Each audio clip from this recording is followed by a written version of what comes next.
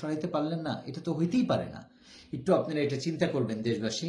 এবং আমাদের মোসাদের সাথে না কোনো সম্পর্ক আছে, না ইন্ডিয়ার রর সাথে কোনো সম্পর্ক আছে, না আওয়ামী লীগের সাথে কোনো সম্পর্ক আছে। যেই সম্পর্কগুলা আমাদের আওয়ামী লীগের বিভিন্ন নেতার সাথে দেখা যায় যে ছবি টবি ভিডিও, এগুলো তবলিগের কোনো ময়দানে তবলিগের গাছতে বা এই ধরনের কিছু, আর এর থেকে বেশি আর কিছুই না। আর ইসরায়েলে তো জীবনেই যায় নাই, এটা আমার পাসপোর্ট আপনারা চেক করবেন, ইন্টারনেটে দেখবেন, সবই জায়গায় রেকর্ড থাকে। এটা তো প্রশ্নই উঠে না, ইসরায়েলে কখনোই যাওয়া হয়নি, মোসাদের সাথে আমাদের কোনো সম্পর্ক নাই। আমি মনে করি যে আপনারা এই জিনিসগুলো জানতে পারছেন এবং আমার দরকার ছিল এটা দেশবাসীর সামনে ক্লিয়ার করা।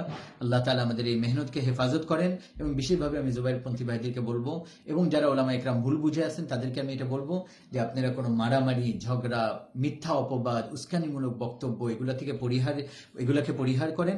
আমরাও এগুলা থেকে আমাদের সাথীদেরকে বলতেছি কোনো অবস্থাতেই কোনো ঝগড়া ফাসাদ না যাওয়া, ওলামা একরামকে সম্মান করা, ওনাদেরকে ভুল বোঝানো হয়েছে, ওনাদেরকে সম্মান করব, ওনাদের কাছে যাব, ওনাদের খিদমত করব, এটা আমাদের ওলামা একরামের শান।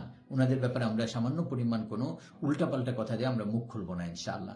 আর যে কেস হয়েছে এটা তো ইনশাআল্লাহ লিগালি আগানো হবে, কিন্তু আমি বলবো জুবাইরপন্থী ভাইদেরকে, আমরা কোনো ধরনের কেস করি নাই। আমরা মারা গেছে আমাদের ভাই মারা গেছে, আমরা কেস করি নাই। আমরা মনে করছিলাম আপনারাও হয়তো করবেন না, কারণ এটা একটা সমঝোতা দিয়ে গোল টেবিলে বসে এটাকে সমাধান করতে হবে। মারামারি, কেস কামারি করে কোনোদিন এটা সমাধান হবে না। কিন্তু যেহেতু আপনারা এখন কেস করেছেন, তাহলে এখন হয়তো আমাদেরকেও কেস করতে হবে, আর না হলে তো আমাদের কোনো স্ট্যান্ড থাকবে না, এটা আপনারা বুঝতে পারতেছেন।